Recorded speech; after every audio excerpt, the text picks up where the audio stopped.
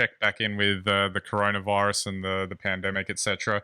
Had a bit of fun over the last month or so with the outbreak in Sydney, and obviously some further concerns in Victoria and Queensland. They seem to be jumped a lot more on top of it, a lot more quicker this time. And I think it just sort of highlighted that this, could flare up at any time, and everyone has to remain vigilant. And I think it also might be a reminder that although 2021 would hopefully be a smoother year in terms of all of this, it may potentially not be, and that we may be dealing with this for quite some time yet, and people need to be prepared for that.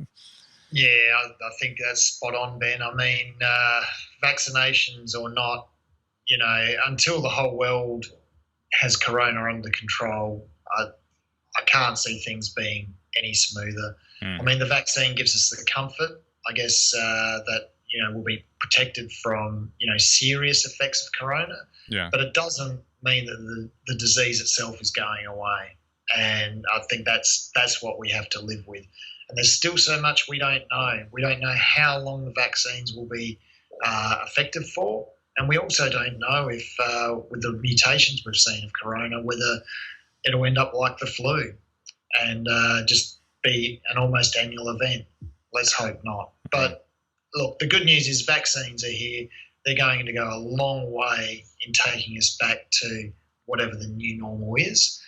But the process of getting there, unfortunately, there's no shortcuts. Even in Australia, which is relatively small, 25 million doses delivered twice. That's a huge effort. So we'll just have to hope that it rolls out as effectively and efficiently as possible. Absolutely. All around the world too, I might add, because there's no point in us just having the vaccine and it being rife everywhere else. Unless we're walled off from the rest of the world. I'm fully anticipating that things like international travel will be off the cards for another year, given how things are going at the moment.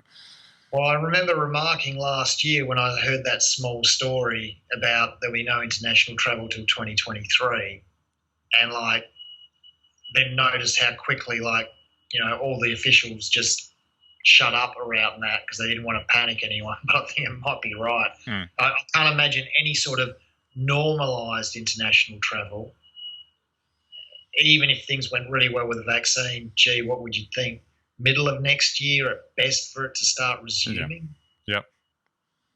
And, you would think that it's not going to be a cheap exercise for the customer to begin with until the market gets turning again.